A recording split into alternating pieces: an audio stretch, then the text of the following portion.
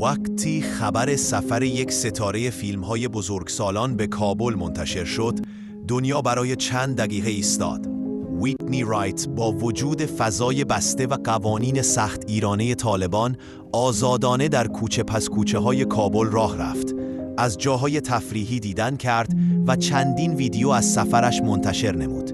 کاری که بسیاری از زنان افغانستان حتی خوابش را هم نمی بینند. در کشوری که هزاران زن اجازه رفتن به پارک، تفریحگاه یا حتی دانشگاه را ندارند، حضور آزادانه او یک تضاد بزرگ و یک سؤال سنگین را ایجاد کرد. چطور یک زن خارجی، آن هم با چنین سابقه‌ای، می‌تواند بدون محدودیت در افغانستان بگردد؟ اما دختران همین سرزمین از ابتدایی ترین آزادی‌ها محرومند.